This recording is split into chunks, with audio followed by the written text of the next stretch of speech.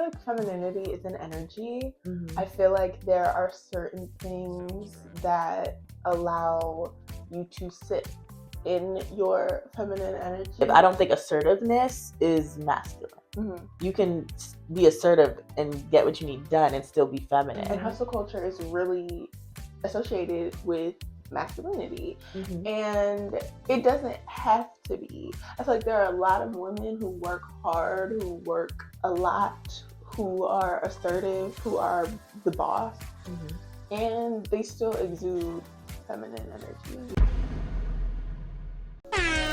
Hey, step siblings, welcome to Between Sisters. We're sisters, yes, but more than that, we're two women figuring out life, love, careers, identity, and everything else in real time. Whether you've got a sister, always wished you did, or you're just looking for voices that feel like home, you belong here, where we give you real talk between real sisters. Real sisters. Hey, step siblings, I'm Corinne. And I'm Kayla. And you're listening to Between Sisters, where we give you real talk between real sisters. Today's day 19 of Podmas. We'll be posting here every single day until the 25th. We're almost there. So please subscribe to our YouTube channel and follow on Spotify and Apple Podcasts to keep up with us. We have a couple more to go, so don't clock out. Okay. And we hope to see you here tomorrow. Today, we are talking about femininity and what that means in a world that is dominated by hustle culture. What does femininity mean to you? For me, it's just, I feel like what I exude, I feel like being my truest self is me being feminine. So that's what it means to me, just me choosing to be my truest, best self. For me, I feel like femininity is an energy. Mm-hmm. I feel like there are certain things that allow you to sit in your feminine energy in a different way. I feel like me personally, I feel like I'm always exuding feminine energy because that's just my personality. But I feel like when you are able to relax, or when you're able to be soft, you don't have to be so high motion, if that makes sense. I feel like that is when you can really sit in your femininity in the most way. I feel like that comes with a stigma, though. I feel like now people are saying that hustle culture equals masculinity, and that I feel like comes from just the intensity of things that you see in people. That's why I say I feel like I feel like femininity is, you don't have to be so high intensity all the time. Right. I feel like masculine energy is, yeah, but I don't get rich. I don't know. Yeah, I think intense is the best word. It's more, it just seems very heightened. But I think whether you're more traditional or whether you're an independent CEO boss, you can still have femininity. There's not one way to be feminine. And just because you're one way when you're at work doesn't mean that in your life you just don't exude feminine energy. Yeah. And I feel like, so do you feel in the workplace when you're working hard, do you feel like that is exuding masculine energy? No, I think you're just doing your job. And sometimes, and maybe if it is a little assertive, I don't think assertiveness is masculine. You can be assertive and get what you need done and still be feminine. Aggression might be more, masculine, but I think just being assertive and doing your job, no, I don't think that's masculine. Yeah. I also believe that. And I think that it's put out there nowadays that the two can't mix. If you're in your, I don't know, hustle hustle culture is so big right now, Yeah. and I think that one goes with, yes, people have goals, but it also goes with how the economy is, and Mm. everyone is just trying to work harder to make, not even make their dreams, but also make the next day. Right. Yeah. So I feel like hustle culture is big right now, and Mhm. hustle culture is really associated with masculinity. Mhm. And it doesn't have to be. I feel like there are a lot of women who work hard, who work a lot, who are assertive, who are the boss, Mhm. and they still exude feminine energy. Yeah. I feel like you're gonna tell me Madam C.J. Walker wasn't feminine, and she was a boss. I'm just saying. You're gonna tell Okay, me you that? took it back. I know I did take it back because I love her, but but you gonna tell me she no, like absolutely not. And I do see a stigma now where people are thinking if you're more they're saying femininity equals soft, right? And they're Hmm. saying if you're being soft in the workplace, you're not going to be able to be a boss or get those types of Hmm. things done.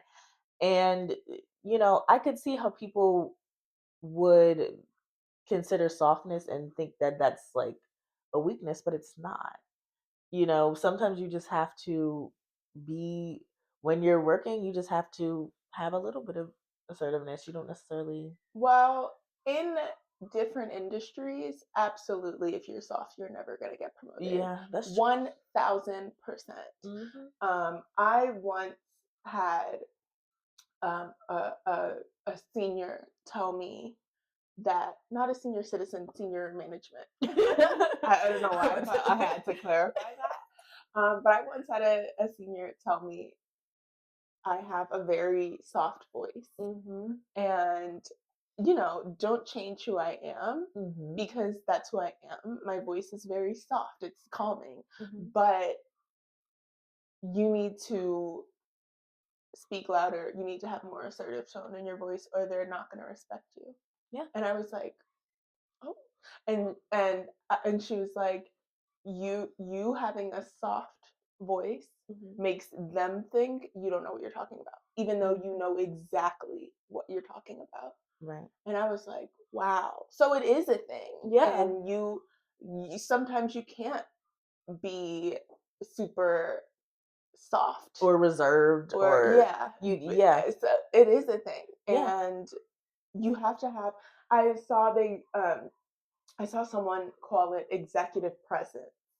No, And I they like were that. like, executive presence is, how the high executives carry themselves, move through the office. Hmm. And someone said, once you get to mid level, the people who get promoted are the people who have executive presence. Right. If you don't have executive presence, you're not going to be able to move through that. Hmm. And I think that there's a way to do that and still be true to yourself, Hmm. still be, um, but I think that people just see anything that is not soft life as not feminine, Right. and that's just not the case. Hmm. I think a lot of people now are starting to judge women who are super traditional too, because the whole trad wife thing is viral. I just say more traditional, even though they're saying trad traditional, but I don't know what they're doing over there. So some people think more traditional. They're like, oh, you're being too soft. You're letting people walk over you. I don't think that's the case. They different forms of femininity work for different people. And if people want to be more traditional, I think that's just what they want to do. That's what makes them happy. Okay, yeah. Um, I think that I think that that's what femininity back in the days Hmm. was described as, Yeah. being not in the workforce. You have to remember, women were only allowed to be secretaries, Hmm. or a different, like, you weren't allowed to have a certain type of job. Right. And so now that women can do whatever job they want to do, Hmm. that is considered, oh, that's masculine. You should be at home Mm-hmm. doing this, that, and the third. You should be, and it's like, okay, even when you are at home, even when you are a traditional, uh, what is it, trad wife, even Yeah. if you are a trad wife, you're still doing a ton A of ton of work. work. So I feel like that is invalid because Mm-hmm. you're still doing a ton of work, whether you are at a job or at home. So is that not all in your masculine energy if that's your basis of things? Mm-hmm. So I don't think it's what you're doing that's masculine. I Right. think that it's your energy or the way you move as masculine. Mm-hmm. And I think that people should just allow people to be who they are. Some people are very feminine. Some people are very masculine. And who cares? It is what it is, Yeah. and you flow through those ebbs and flows. What do you think about soft life being so big right now? And everyone's like, I want a soft life. I want this. I want that. Uh, I mean, I don't mind it. I think it's fine. I think different people describe soft life as different things. Um, How do you describe soft life? I I would say just one being able to be your own feminine self and just being happy, peaceful, comfortable doing the things that you want to do. Um, I see soft life taking on a more traditional role when I see it on social media. So that's kind of what I think of that in my life, if it's something that's a soft life.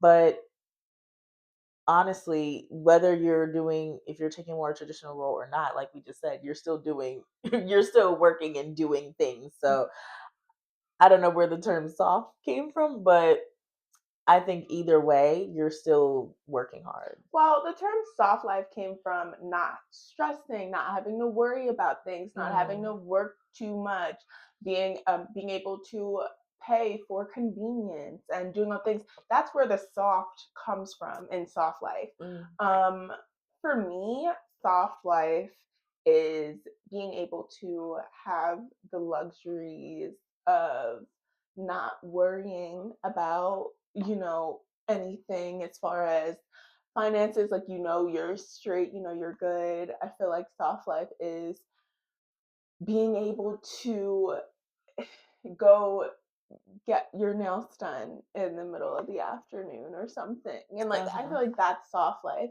being able to do being able to do things that you want or need to do at your own discretion Hmm. and not being tied to a certain thing.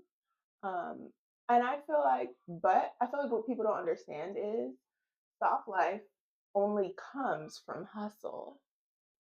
So you can't have a soft life if you didn't work for it. Yeah. You have to work for the soft life. Hmm. And I feel like a lot of the soft life content that I see is like, okay, soft life. I want to journal. I want to do this, but I'm like, if the soft life that I envision Hmm. requires work, because soft life to me, I want to be on a boat.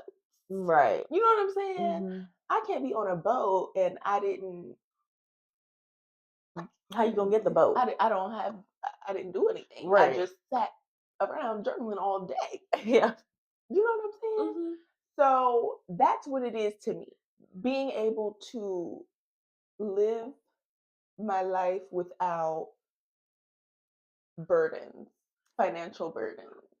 So to me, that also is kind of just gives freedom in Yeah. a way. That it just sounds like more freedom to do Mhm. what you want. Mhm. So yeah, Mhm. that's how I would kind of Yeah. describe it. Just freedom, Yeah. pretty much. So I feel like hustle culture and soft life go together. And whether you have feminine energy through it all depends Hmm. on just who you are. Yeah. And that's okay. I know you can watch a video with telling you how to have a soft life, Hmm. but unless you take action Hmm. and kind of hustle for it, you're not going to get it. So to me, they're one and the same. I think sometimes people online will judge how people do it because you're saying more of like hustle. Some people um they are married and they're stay-at-home wives and then they say soft life. So But I to think it could me, go that's that you hustled for that. yes, When I say hustle, I don't mean like just job breaking your like I don't mean running yourself into the ground mhm, trying to do something. When I'm saying hustle, I mean just like making things happen. You put work into your relationship. mhm, You put work into running your household. You put work into like raising your kid. Like yeah, that's what it is. You have to put in the work for the soft life. mhm, That's what it is to me. They're one and the same to yeah, me. I agree I with don't that. understand the distinction. I feel like Mhm, they're one and the same, and whether you have feminine energy or not is how that comes across. So you may look at someone and she has a lot of feminine energy, and you're like, oh, she lives a soft life. Yeah, she works hard yeah, for her soft life, mhm, but she has feminine energy. I feel like there are women like that all the time mhm, that you see, and people will think, oh, she lives a soft life. She works yeah, for that soft life. And they're one and the same. She's just a feminine woman.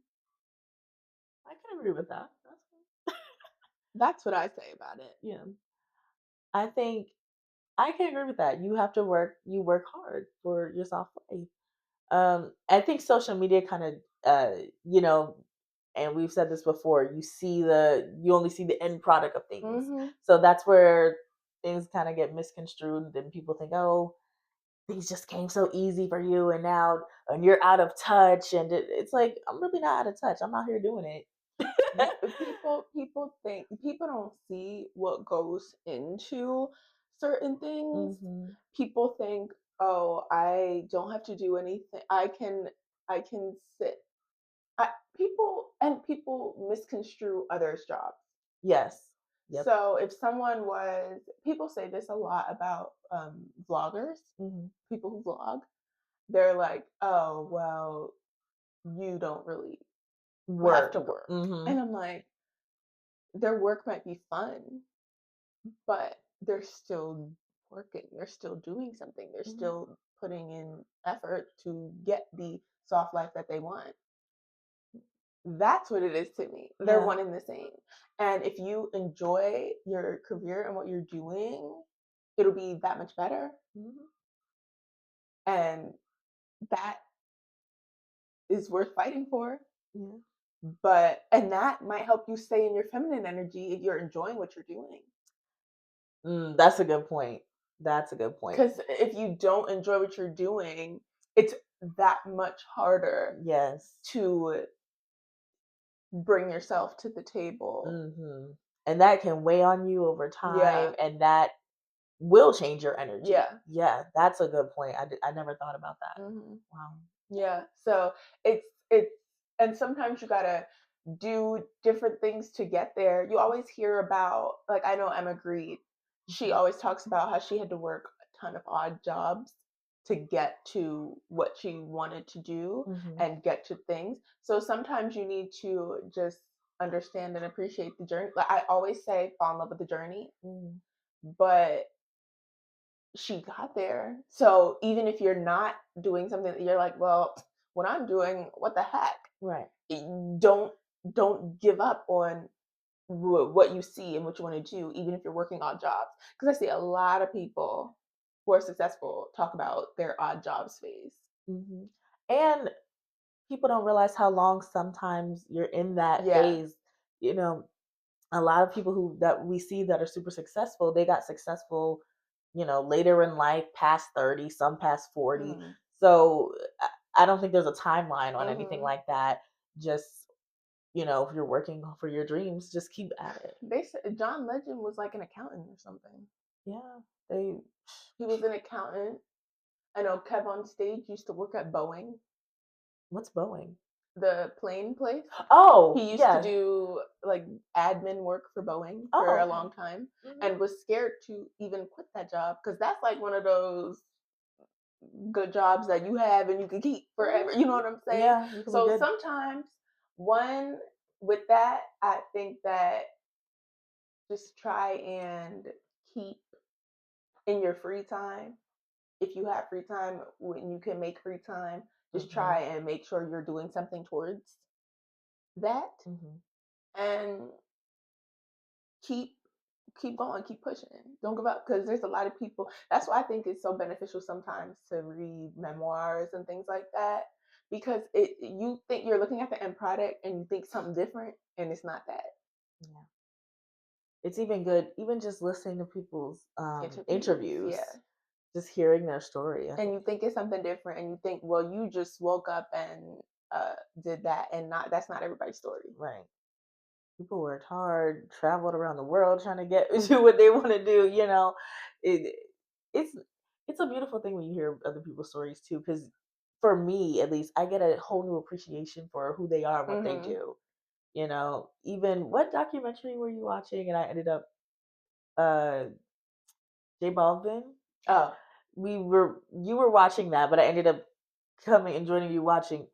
That gave me a whole new appreciation for him. I already liked his music, but just seeing the behind the scenes, seeing how much work he put in and the emotion, the passion, I was like, wow. yeah. Like, go check out that J Balvin documentary that was on Amazon Prime. It was really, that really was good. really good. But it just things like that, it just gives you a whole new perspective on how hard people work.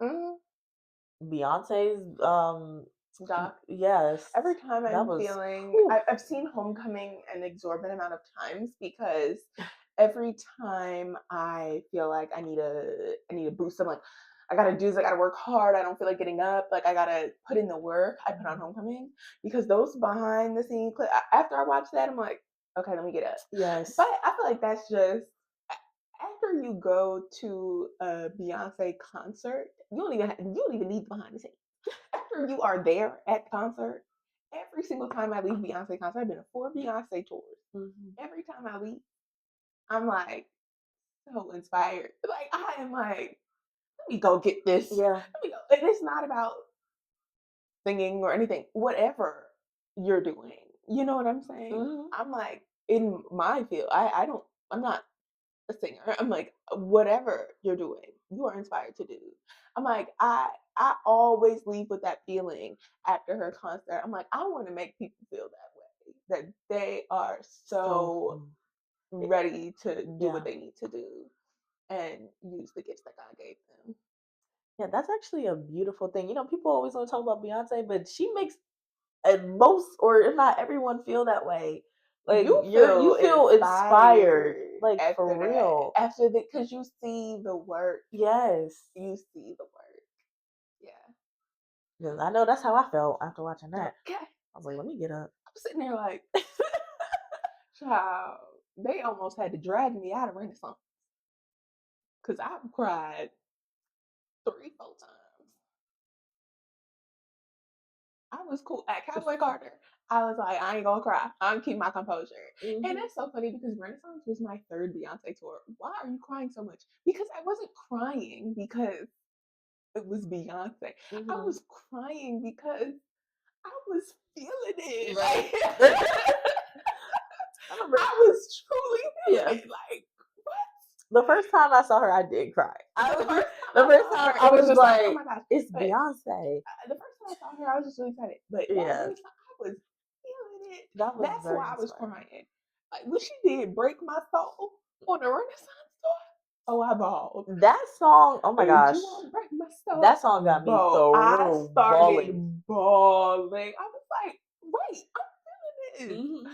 When she did "Church Girl," I was crying when she said, I love the part when it's finally on the other side, finally found the urge to smile, swimming through the oceans of tears we cried. That is such, who wrote that? That is like those lyrics. I'm like, that is so beautiful. I was just crying. I was not crying because of I was like, I was Yes. feeling it. I was like, this is good Yeah. right here.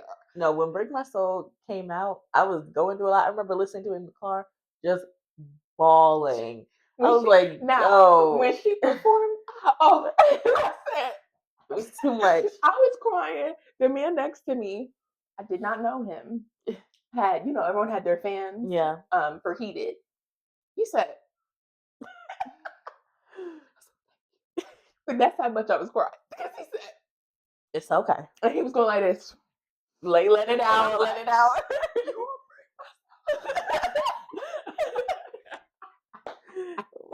All right. Well, thank you so much for tuning in for another episode of Between Sisters and another day of Podmas. We hope to see you tomorrow. Don't forget to hit that subscribe button on YouTube and that follow button on Spotify and Apple Podcasts. And while you're at it, maybe leave us a 5-star review. Let us know you're loving it. Yes, I went there.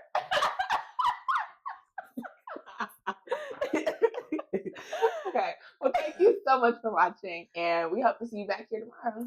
Bye.